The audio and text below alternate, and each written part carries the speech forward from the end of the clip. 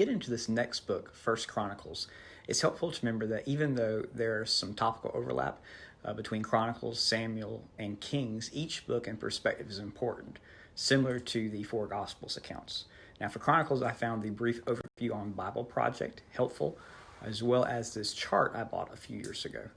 Now, you have First Chronicles specifically connecting Adam to Israel, and that's the neat thing about this chart. It starts with Adam and traces it all the way to Jesus through the Messianic line, but you have the other tribes represented as well. And specifically, the second chapter spends much time on the family tree of Judah. In this second Chronicles, you can see here the specific tribe of Judah, and the Messianic line runs down the middle, but you have much of the entire second chapter here, which is outlining the majority of the family tree. Chapter 3, you have much detail regarding specifically the succession of David's line, even down through Solomon and other kings. You'll find this is the overall point and focus. You have a little bit about Simeon, as well as why Reuben, again, is not where the Messianic line falls through. The kingship obviously resides in the Judah specifically, and then the 2.5 tribes that were east of the Jordan, there's some discourse on that as well. And I'll attach here the specific part of this chart as well for the chapter. You see here within the actual tribe of Reuben, following the orange line, you have the Korah rebellion, but then you have much that follows within this 5th chapter of Chronicles. Chart, you have the tribe of Levi, which is covered in First Chronicles chapter 6. This actually goes well beyond the Temple of Solomon and even up to the return from the exile. But for the 6th chapter, you have much of the genealogy in this portion of the chart that's covered. Of course, you have the 3 sons of Levi, which make up the subclans, and those are the Merarites, Kohathites, and Gershomites. You can see the divisions here. And the specific tribe of Levi was not given any land, and the details of the land they did receive is given in this chapter 6. They would work in the temple there in Jerusalem for 2 weeks out of the year, and then the rest of the year they would work pasturing their land. That's specifically laid out in this chapter. So I pray this is a blessing and a good help reference for you, and pray that you are having a blessed Sunday. First Chronicles chapter 7, you have the summaries of 5 different tribes, including that of Issachar, that of Naphtali, and then, of course, some information giving on the tribe of Asher, as well as the 2 tribes that belong to Joseph's lineage. It even gives some of the regional distinctions about how these tribes and the cities actually bordered one another. Now, there's much information in the tribe of Benjamin in chapter 8. Now, a lot of this is because the kingship, of course, would have been in question, and many people would rise up and say they belong to that kingly line. And so you have much information in the 8th chapter belonging there. 2 Samuel chapter 5, verses 1 through 10, you have David being coronated as the king of Israel. There in Hebron, he reigns for 7 years, and then you have the rest of the 40-year reign in Jerusalem, and the capture of the city happens here in these verses. You also have the same account in chapter 11 of First Chronicles, and yet there's much more detail given about the mighty men of David and how they would slay giants and do all types of major exploits, each one being capable of doing the typical work of multiple soldiers. And then in chapter 12, we find out more information, even some of Saul's people that would follow David. The interesting thing is you get differing perspectives, and yet nothing contradicts. You have, again, the fact the Philistines would not follow, even though there was an overwhelming support of David. We're taking 2 Samuel, starting in verse 11 of chapter 5, chapter 6, as well as 1 Chronicles 13, 14, 15, and 16. In these chapters, you see a lot of detail revolving around the Ark of the Covenant, David bringing it to Jerusalem for the first time. You see the incident where Uzzah touches it, is struck down by the Lord. Obviously, the holiness of God is still maintained even from all this time since the writing of Leviticus. You have an interesting kind of psalm that is only written in the 16th chapter of the Chronicles, and you have much detail that is only given in certain portions of these texts, although many of the events overlap. Pray that the reading of God's word would bless you and that you would honor his holiness and worship him in spirit and truth. Two parallel chapters today between 2 Samuel chapter 7 and 1 Chronicles chapter 17. You see David express the desire to build a house for the Lord to Nathan the prophet, and Nathan initially agrees, but then the Lord tells him that this is not God's will, which Nathan would then relay to David. And David's response is probably the biggest takeaway from this. He responds in humility, certainly honors the Lord, even though his desires are not fulfilled. In this response from God, though, you see the Davidic covenant really first come into picture, and much of this has kind of dual fulfillment between Solomon specifically and other kings that will come, and then certainly eventually Christ himself is the one that sits on the throne of David. So very important material in these chapters here, but again, some brief content overall in the grand scope. Bless you. Chapter 8 and 1 Chronicles chapter 18, you have parallel accounts of conquests and mighty exploits of David, different areas he conquered. The one distinction between these two is you find out in the Chronicles account that Abishai was credited to one of the final things listed. And specifically as well, both accounts also mention that David's sons are advisors and helps in these battles. Happy Mother's Day, everyone. Today we have 2 Samuel chapter 10 and 1 Chronicles chapter 19, as well as Psalm 20. These two historical book chapters are parallel, really covering the exact same account, and then Psalms 20 is a great read and has some special nuance for us. If you remember the Mephibosheth cover in the preceding chapter of 2 Samuel 9, this is really kind of a opposing happening. So you have that offering of grace that David bestowed upon Mephibosheth, and that was received. Here you have another type example, and that is not received. It results in destruction, and the Arameans and the Ammonite, many issues within David. And interestingly enough, Psalm 20 verse 2 uses the word help, which in the Hebrew shows up 19 times, and first off refers to Eve, but it's mostly applied to God and always referring to a source of strength. In 1 Chronicles 20, it picks up the last 6 verses of these previous chapters, not talking about Bathsheba, but the conquest and victory over Rabbah.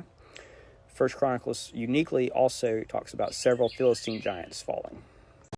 As we conclude the books of Samuel today, we have 2 Samuel chapter 24, 1 Chronicles 21 and 22, and Psalms 30. Here, David commits his final recorded sin when he numbers the people of Israel. A lot's left unsaid in these chapters, but what is clear from the Chronicles material is that the events that follow will help determine the site of the temple. Psalms 30 is written in dedication of this temple in Jerusalem, but Solomon would be the one to build the temple. This is partially because of all the blood that had been shed through the wars that David would fight, and Chronicles chapter 21 and 22 specifically let us know that God is going to give Israel a time of rest during Solomon's reign. Again, much material in these chapters, but it's a blessing to read and study them. Good morning. Today we have 1 Chronicles 23, 24, and 25. Many more preparations that are given today for the temple. Of course, David would leave these preparations for Solomon, but there would be many other hands involved in the process. The genealogies are listed for those that would help in these chapters. You have the Levites in the 23rd chapter, and the employable age is reduced halfway through from the age 30 to 20. No explanation is given, but one could imagine that the work was so overwhelming that this helped them out in that process, employing more people. The 24th chapter sets apart the priests, the descendants of Aaron, putting this genealogy as a separate list from that of the Levites. And then the 25th chapter includes the musicians, temple prophets, and all those that would come. Jethan, of course, those of the sons of Asaph, that would be in this chapter here as well. So bless y'all and look forward to worship.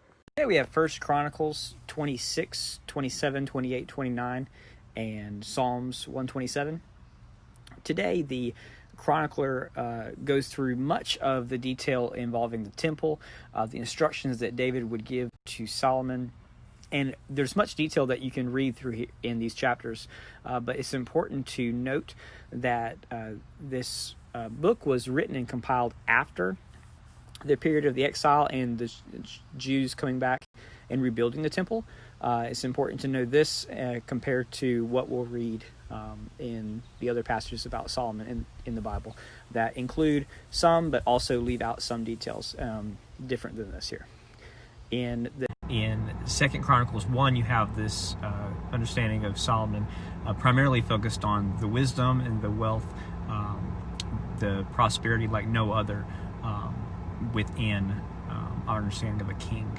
In 1 Kings 5 and 6 and 2 Chronicles 2 and 3, you have some parallel accounts, a little bit different in the layout of these chapters, but you have the same information about the King Hiram of Tyre. You have Solomon himself building a temple with this other king's help who knew his father, David. You have much that can be gleaned from these passages, but one thing I'd like to bring out, again, the context of the threshing floor on which is laid. We can also connect the dots between Mount Moriah and where Abraham was willing to offer his son Isaac to God.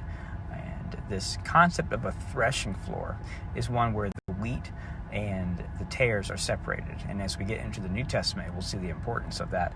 But even here in the Old, the concepts are the same, and God himself is setting himself apart for his people. 1 Kings chapter 7 and 2 Chronicles chapter 4, you have Solomon building palaces, temples. You have so much detail here reminiscent to that of Leviticus. Of course, you have Hiram, but now also an artisan that is helping out as well. Bless you. 1 Kings chapter 8 and 2 Chronicles chapter 5, you have the temple being completed, sacrifices being done, and God himself filling the temple where the priests are not even able to continue their work. These accounts are parallel. The Chronicles chapter is much shorter and doesn't have all the dialogue, the prayers, the blessing that Solomon is proclaiming, but more or less cover the same account. Certainly one of the high points of the Old Testament. 2 Chronicles 6 and 7, you have the prayer of Solomon and the response of God. Some of this is captured in 1 Kings. You don't see quite the broken out chronology. The difference here with the Chronicles passage is that the response is not just filling the temple, but God comes to Solomon in a dream as well. And in this, he reaffirms the Davidic covenant, the very familiar, if my people will humble themselves and pray, I will hear from heaven and heal their land and free them of their sins. This is part of the response from God to Solomon. And so all this is encapsulated in the 6th and 7th chapter. In 1 Kings chapter 9 and 2 Chronicles chapter 8, you have two parallel accounts of some of these same events regarding Solomon. Hiram comes up again, and there's a few different nuances between the accounts. Although they are parallel, you get some perspective. A little bit of conflict in the king's account between Hiram and Solomon that results in the future naming of certain cities. And in the Chronicles account, you can actually find out that the reason that Solomon built one of the houses for Pharaoh's daughter, his wife, or one of his wives, was because she was Egyptian and he could not reconcile her living there in God's house in the temple with all of God's laws and mandates about keeping that which is holy, separate and pure, and obviously all the associations with Egyptian God. 1 Kings chapter 10 and 11 and 2 Chronicles chapter 9 are two parallel accounts that summarize the end of Solomon's reign. You have some more positives, the Queen of Sheba bringing the gifts and many compliments to Solomon, and yet at the same time you see all the number of wives that he had that would bring about his downfall of the kingdom, the idolatry that would happen within the nation, worshiping all the different gods, and eventually you see the prophecy that was given in Proverbs 29 verse 21 come to pass in Jeroboam, the servant of Solomon, becoming king of the 10 most northern tribes of Israel. And this would be something that would haunt Israel as we go forward. And you see these birth pangs kind of initially pointed out in these chapters here. 2 Chronicles 10, 11, and 12. Here you have the transition from King Solomon to Rehoboam, the son of Solomon. You have the northern kingdom that separates, pulls away from Judah. In the Chronicles account, you will only have the real close attention and detail following the southern part of the kingdom. That will be what's called Israel, even though overall we would think of this as the tribe of Judah and the kingdom of Judah. Here, they're only focused on the Messianic kingdom, the way that King David and King Solomon point to what will be to come. And of course, that follows this kind of natural progression of understanding the lineage. So that's only associated with the southern kingdom, being that Jeroboam was not a literal son of David. So that's where kind of the storyline differs between Kings and Chronicles, and you'll have those different accounts here. A longer version of the same account, 2 Chronicles 13, 14, 15, 16, you have as well Abijam and Asa.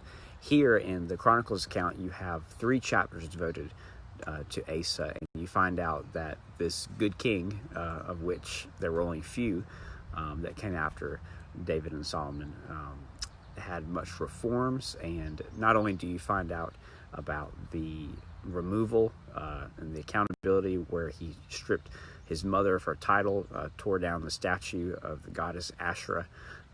You find out about other reforms. You find out about some great victories in battle, and also in the southern kingdom either, because you see in 2 Chronicles 17, Jehoshaphat comes and does more positive things and reforms as well, and yet there's still 1 Kings 22 and 2 Chronicles 18 both tell of a compromise when it comes to Jehoshaphat having his son Jehoram married to Athaliah, the daughter of Ahab, and this was done to unite the kingdoms, and yet certainly was not a good move for him to do. The death of Ahab is also mentioned in these chapters as well. We talked about the judgment of God a little bit in the 1 Kings passage, but here you see that judgment is inevitable. The inevitable death of Ahab here in these chapters, as they know what's going to happen and they take account for that. Jehoshaphat takes the kingly position and garment and somehow is still not killed. Ahab, who is dressed as just a soldier, is shot by an arrow that was just released astray, and it finds a lodging place between his armor, in the joint of the armor, and he would die that day by sunset. 2 Chronicles 19 through 23, you have many chapters here covering different kings of Judah. Jehoshaphat is the first king that you have time devoted to many positive things still in chapter 19 and 20. 20 being the most well-known chapter likely in this entire book of 2 Chronicles. And you have the army that marches forward with the praise and the musicians going up front as God delivers a great victory in this chapter. Chapter 21 begins kind of the downfall. You have these kings mentioned here. Jehoram is not like his father Jehoshaphat at all. Many negative issues, compromises, so much so that when Ahaziah takes the throne, there's a very brief time that you see that he is enthroned there, and when he's killed. Athaliah, the mother of Ahaziah, actually is queen for a brief amount of time. 2 Kings chapter 12, 13, and 2 Chronicles chapter 24 cover the reign of Joash. And there's lots of good that happened during the reign of Joash. There's a restoration of the temple physically, and a focus on getting back to true worship of God after all of the Baal worship that had followed the previous generations. And Jehoiada, the priest, was integral in Joash's following of God. And after a long and full life, 130 years in Jehoiada's passing, Joash would slip and turn away from God. Jehoiada's son actually prophesied against the king Joash and was killed, ironically, in a very humiliating fashion, even though Athaliah, the preceding queen of Israel, who was terrible for the country, had been spared by Jehoiada. In 2 Kings chapter 14 and 2 Chronicles chapter 25, you have the account of Amaziah, who is a king that walked with the Lord, but not as David did. And these parallel accounts both explain how eventually, through conflict, he got haughty, conquering the Edomites. He began to worship their gods after the battle, brought the spoils back with them, brought back the idols, and it specifically says they bowed down and worshiped them. In the end, this would lead to a conflict between the northern kingdom and the southern kingdom, again based on Amaziah's haughtiness. And despite prophecies and word against going forward, he would go forward, attack the northern kingdom. There would be much loss. And at the end of his days, where it says he's buried, it's not as a king, but he's just buried with his ancestors as if he were not a king. 2 Kings chapter 15 and 2 Chronicles chapter 26, you have this in which you have about 792 BC all the way down to 735 BC. And one interesting thing to note in the King's passage, that Azariah is kind of back and forth between that name and Uzziah. It's very clear in the Chronicles passage who is being talked about, because Uzziah is always consistently referred to as this king, whereas Azariah is the high priest. Leprosy is mentioned both where the king falls. And another important note beyond just the sin of Uzziah is that with all the conflict and compromise and turnover in the northern kingdom, again, in the same time period, you have some of the northern kingdom that is conquered by Assyria, and that happens here in the reign of Pekah. 2 Chronicles chapter 27, you have Jotham, the king of Judah, who reigns as a 25-year-old all the way through the age of 41, the 16-year reign. Has some compromise in it, but overall is a good king like his father Uzziah. And in 2 Chronicles 28 and 2 Kings 16, you have parallel accounts of Jotham, a king of Judah, which feels much compromise in the land. He's not buried with the other kings of the land and has lots of treaties. 2 Chronicles 29, 30 and 31, you also have Hezekiah. But here you also have, besides the fact he's a good king, you have much the why, and the purging of the temple, the celebration that hadn't been seen like since the time of Solomon, and the kind of reordering of the priestly nature of the way Israel is supposed to operate as a nation. And 2 Chronicles chapter 32 and 33, there are three different kings in these passages: Hezekiah, Manasseh, and Ammon. Hezekiah is a very good king. You have the account of how he interacts with Sennacherib, the Assyrian ruler who has just taken over the northern kingdom. He won't take over the southern kingdom here, but some of Hezekiah's weakness can be seen as later on the Babylonians come and assess the situation, and when Hezekiah will fall in the future, he's at least only concerned about the fact that it won't fall during his time, which is probably the only truly strong negative of Hezekiah's reign. Manasseh, on the other hand, is an awful king, although he does repent and turn back to God, and is rewarded with one of the longest reigns of any king, 55 years. And Ammon, on the other hand, is actually assassinated after a very short reign, and is an awful king. In 2 Kings 22, 23, and 2 Chronicles 34 and 35, you have King Josiah, who is given quite a bit of space in each of these historical books, primarily because of the justice, the mercy, all the wonderful attributes that this king represented and showed in his time. This was kind of the last-ditch shining light for the kingdoms before they would completely go into exile. So, of course, the southern king would begin as an 8-year-old, begin to follow God as a 16-year-old, and by the age of 20 was really doing great things throughout the land, bringing people back to God. They find the book. The priest Hilkiah, who's with him, finds the book of the law, likely some of the content from Deuteronomy, find it in the temple, and then begin to enact all of these things. And people really turn to God for the first time in years. And this starts with a king. This is for sure the godliest king that had lived. Even if you go back to the time of David, Josiah would rival the way David himself lived. And the actual people itself may not have turned as strongly as Josiah did, but there's a word early on after they have found the book, that word of the Lord that's given to Josiah about the nation, and that the people will still be judged because of all the evil that has transpired. But because of the way Josiah has repented, has looked toward God, that he would be spared this, and that he would have peace within his life. Of course, he had the battle that ensues is actually the Egyptian forces coming to the aid of Nineveh and Assyria, who at that point are fighting against Babylon. And the passing through of the Pharaoh is a warning to Josiah, whether or not he knew it was from God or Pharaoh's God. Pharaoh said that this was not your affair, and just to leave me alone because God's with me.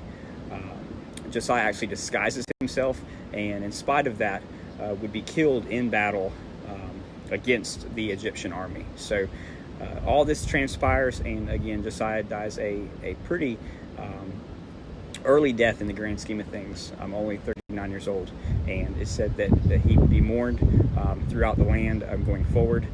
And of course, again, like I said, this is the final kind of bright moment for the kingdoms in that sense. Bless you. In 2 Kings 24, 25, and 2 Chronicles 36, you have the conclusion of these great historical books. Jerusalem is now falling at the end of these books.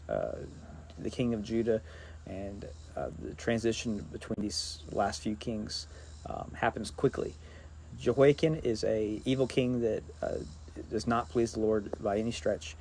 This reign is described, and after he passes, Jehoiakim takes the throne, is whisked away after Babylon besieges the city of Jerusalem, and likely Ezekiel as well as some others were taken out of the city at this time.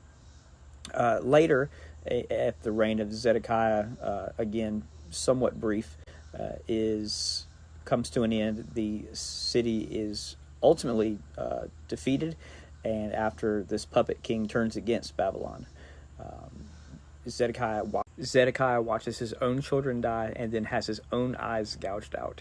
Certainly a woeful end to this king who had many opportunities to surrender after reading and understanding the account of Jeremiah. The hope of the Book of Kings kind of ends on a little positive note that eventually you would see King Jehoiakim released after the time passes and Nebuchadnezzar is no longer in power. Of course, here and in 2 Chronicles, the future hope of a great messianic future and king is there, as well as the fact that there would be people that would return from the exile. The Babylonians did not infiltrate the culture as the Assyrians do, scattering the people. There were some that were able to remain in the city, and that helped.